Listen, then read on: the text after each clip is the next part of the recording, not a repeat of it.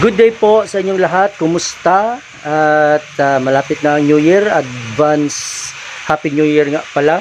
And kamakailan lang ay kung napanood nyo yung aking previous video, may binili nga tayo na microphone, no? Wireless microphone na emergency or biglaang pagbili ng microphone. Kumbaga nakapag-upgrade tayo ng wireless microphone na wala sa oras dahil nga nasira nga yun. Akala nga natin na nasira kasi parang nasira yung budget meal natin na wireless microphone nung last event natin, pero nung nabili ko nga kinabukasan yung bagong microphone na ito na naging upgrade na natin na medyo mamahalin ng konti, is gumana naman yung budget meal natin, yung luma na nating wireless microphone. So good thing, blessings in disguise na rin, kasi kung hindi siya nagkagano, nangyari na akala nga natin nasira, yun pala hindi pala, is hindi tayo nakapag-upgrade ng medyo mamahaling wireless microphone. So at least ngayon meron na tayong bago, nakapag-upgrade na tayo, and medyo maganda-ganda na nga yung ating microphone, wireless microphone. Kumbaga nasa yung sinasabi nilang mga ibang vlogger kasi dyan na nagda-lights and sound, sabi nila kapag papasukin daw natin yung mundo ng lights and sounds provider, dapat daw yung microphone natin nasa 5,000 plus, no? Nasa 5,000 plus daw dapat ang presyo, ang halaga, ang quality. So ako naman, nag-umpisa ako, hindi ako bumili nun ng 5,000 plus above na wireless microphone, kundi bumili lang ako ng tig 1,800 ata yun, which is for 3 years kong gamit, okay na okay, walang putol, malakas, malinaw, hindi ako binigo. Yun nga lang, yung last event ko na parang nagloko siya, pero nung tinry ko kinabukasan, hindi nga okay naman, kaya napaisip ako na bumili. So good thing at nakabili. At eto nga yun, ayan, papakita ko na sa inyo. So ito ay ang Kevlar, yan, Kevlar Professional UM200S.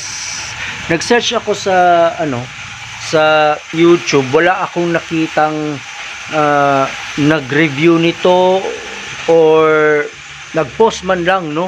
Ang madalas na lumalabas sa search is yung Kevlar na MR250S ba yun?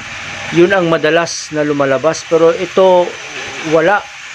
So na-post ko na rin ito nung that day na binili ko, pero gusto ko siyang i-post ulit sa video na ito para i-range test.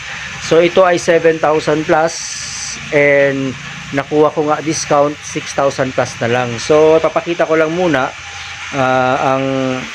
anong sinasabi ng karton, no? So bale gumagamit siya ng USB lithium rechargeable battery. So may 4 siya nun, no? Ito yun, actual 4 na piraso yan.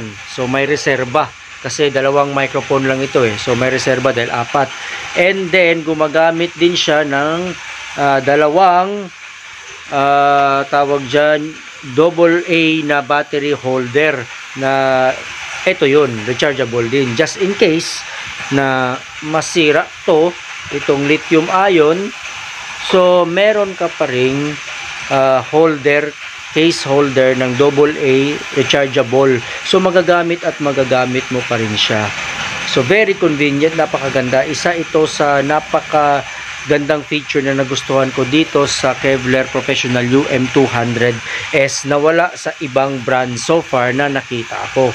So paki-comment na lang kung meron. So ito yung magiging itsura niya, yung battery holder nga na sinasabi ko, yan, energizer, pero hindi to rechargeable So yan, pwede siyang isalpak pa rin in case na masira yung lithium ion niya, ganyan. So napakaganda. And then what's good with it is that at the same time, ito yung yung charger, pwede mong ipasok lang, mag-charge ka ngayon dyan.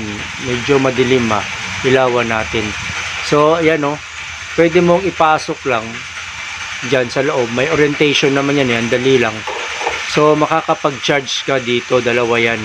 So very convenient itong klaseng wireless microphone na ito, no, kasi at the same time charger siya. So napakaganda. So ngayon magsa sound test tayo at range test na rin kung hanggang saan siya abutin. So dito nyo lang yan makikita sa ating channel na Pobreng Lights and Sound channel. So ito na yung actual na microphone niya. Ito. Maganda yung feel, hindi naman siya ganun kabigat, although may kabigatan, pero maganda yung pagkabigat niya kasi mararamdaman mo, mafe-feel mo yung premium quality. And then all aluminum siya, metal aluminum, hindi siya yung plastic. So ayan, nakapag-setup na nga tayo.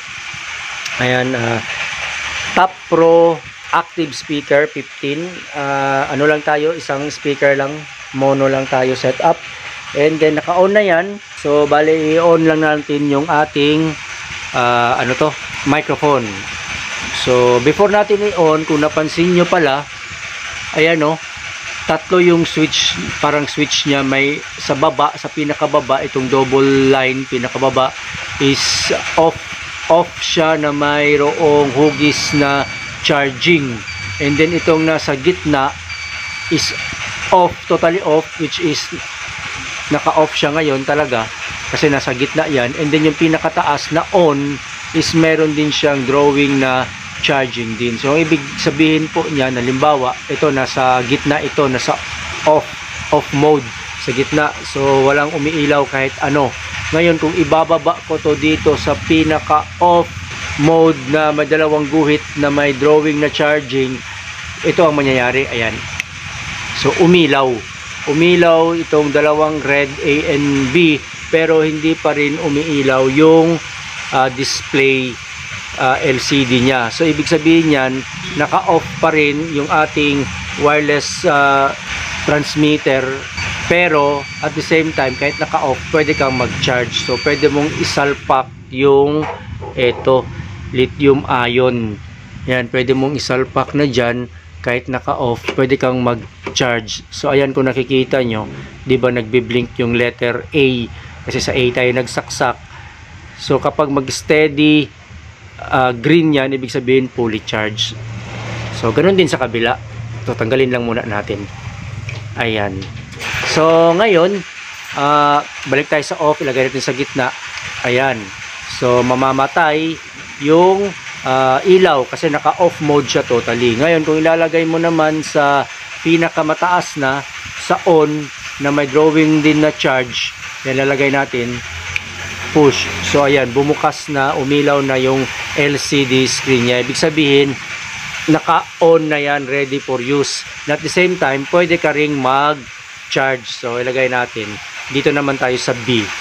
So kahit naka-on din siya, naka-on na, pwede ka ring mag-charge. So ayan nagbi-blink din. So kapag mag-steady green, ibig sabihin fully charged na siya. So habang ginagamit mo or natin yung ating microphone, at the same time nagcha-charge, pwede kang mag-charge. Ganun din dito sa housing niya ng AA battery, pwede ka rin mag-charge. Kaya lang itong battery na gamit ko is hindi siya rechargeable battery, so hindi na natin sasaksak, no?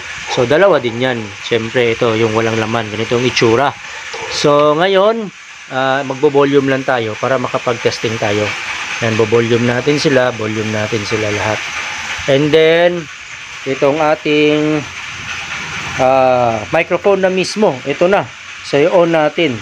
Ayan So 1 second on lang. Yan. So ngayon kung i-off mo naman, i-off mo limbawa, pindutin mo ng isang beses, hindi mag-o-off yan, hindi mag-o-off.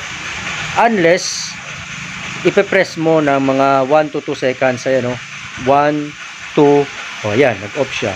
Again, dito sa kabila, 1, 2, ayan, nag-off siya. So which is good thing kasi kapag naka-on siya, halimbawa on natin, 1 second, on agad, 1 second, on agad. So good thing kasi halimbawa kapag during actual yung MC or singer mapindot man niya, halimbawa mapindot niya accidentally ng isang beses, ganyan, hindi siya mag-off. So magandang feature yun. So ngayon, syempre dahil common naka-on na yung dalawang mic natin, ito yung indicator, itong kulay blue na naka-on yung mga mic. Halimbawa, papatayin ko So, tingnan natin, patayin ko. Ayan. Long press. So, nawala yung blue. Ito, meron kasi naka-on naman yung isa. So, may indicator din siya sa kanyang LCD na at least alam natin kung anong mic ang naka-on or naka-off. So, kung bali, on ko ulit, ayan, bantayan nyo dito magbu-blue yan. So, i-on ko ulit, yan, may ilang seconds lang na parang i-recognize niya, i-lock yung frequency, ayun, nag-on siya ulit, nag-blue siya. So, ibig sabihin, good to go na ito. So, ngayon, ang frequency pala niya, pag-change ng frequency is simple lang, hindi ka na malilito, very basic. Halimbawa, itong sa channel A, no? Ano ito 640 to 622. So dapat lang nakapaloob yung frequency mo ng microphone sa number na ito. So halimbawa ito 649. So nakapaloob siya 640. So 641, 642, 640 hanggang 9, nakapaloob siya sa 640 hanggang sa 662. So kapag halimbawa gusto kang mag-change ng frequency, pindutin mo lang itong alin man dito, ito positive, negative, itong dalawang button, nakikita nyo naman, no? Yan, no? So halimbawa gusto kong dagdagan, pindutin mo lang isa, so okay na yun. Kusa ding maglalak yun dito, tinan nyo nawala, ibalik ko ulit halimbawa pindutin ko ibang frequency, so nawala siya kasi naglalak siya, self-locking, so naglock na naman siya. So pisilin ko na naman, ayan, nawala siya, nag-change ako ng frequency, tapos magkakaroon yan siya maya yun, kasi nag-lock na siya, na-read na niya, so nakapaloob siya sa frequency range na ito. Yun lang dapat. So kung aalis ka sa frequency range na yun, so mawawala ka sa signal. So ayan, malinaw naman siguro, no? So ayan, naka-on na ang dalawa. Ngayon pwede na nating i-sound check. So open lang natin to, ayan, and dali, volume natin, kunin natin to, tapos i-unmute natin. So sound check tayo, guys. Wala, hindi pa pala naka-on yung master volume natin. Ayan. So sound check ulit tayo. Check. So ayan, no, malinaw. Naka-flat lang yan, naka-flat. Flat lahat. Para yung tunog lang talaga ng microphone ang maririnig natin. Again. Hey, sound check. 1, 2, 1, 2. Hey, sound. Yung isa naman, subukan natin yung isa. Ayan. Unmute natin. Hey, sound check. Hey, sound check. 1, 2, 1, 2. Hey, sound check. 1, 2. Ayan, napakalinaw. So ngayon, susubukan natin yung frequency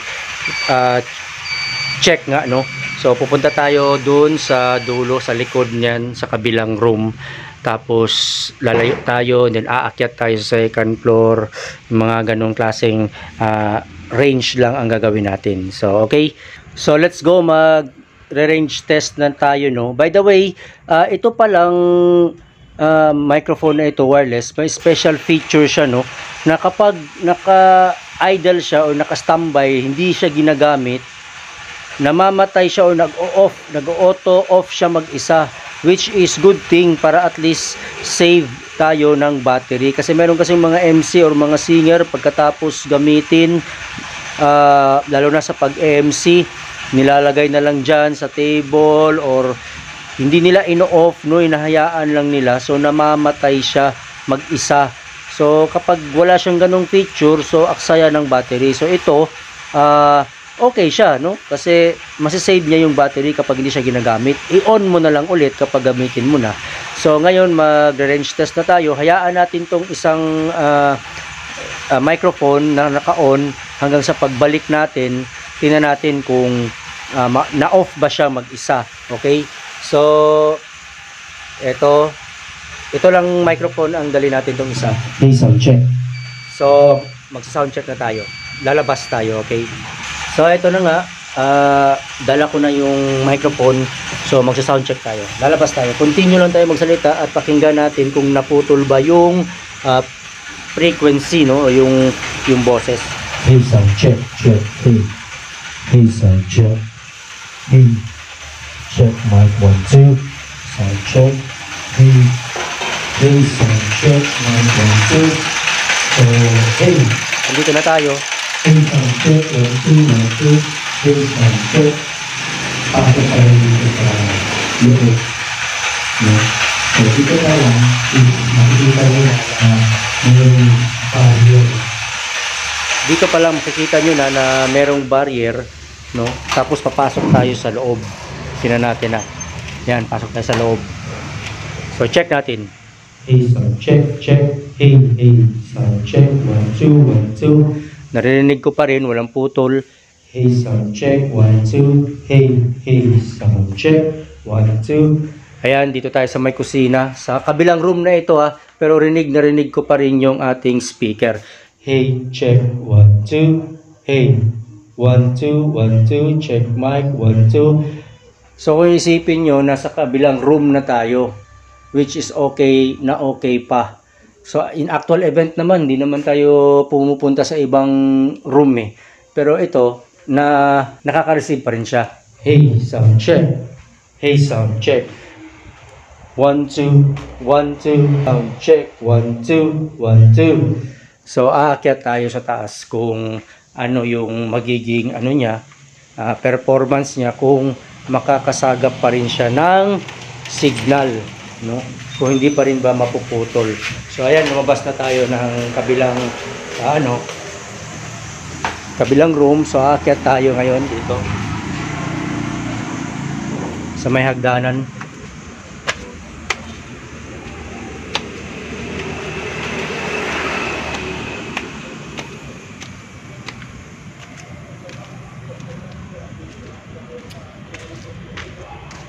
Andito tayo ngayon sa taas. Medyo madilim lang, gabi na kasi.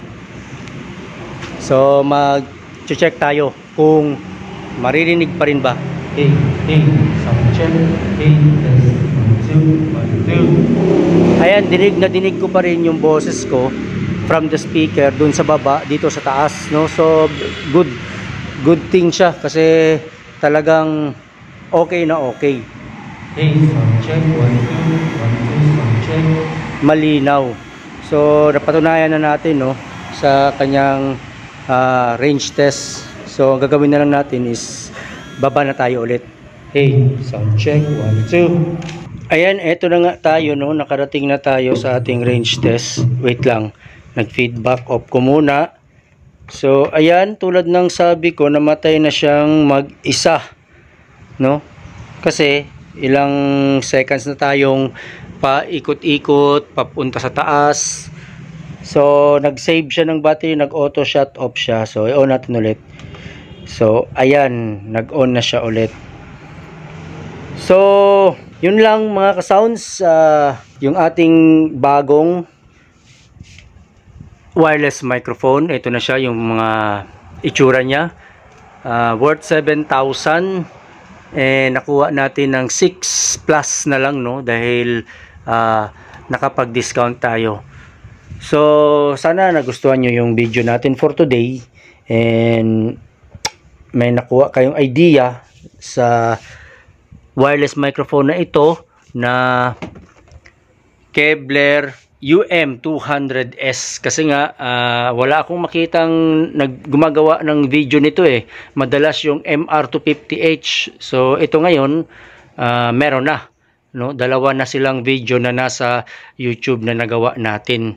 So hanggang dito na lang. Thank you so much sa panunood. Ito ang inyong pobreng Lights and Sounds. God bless you po and advance Happy New Year and to God be the glory.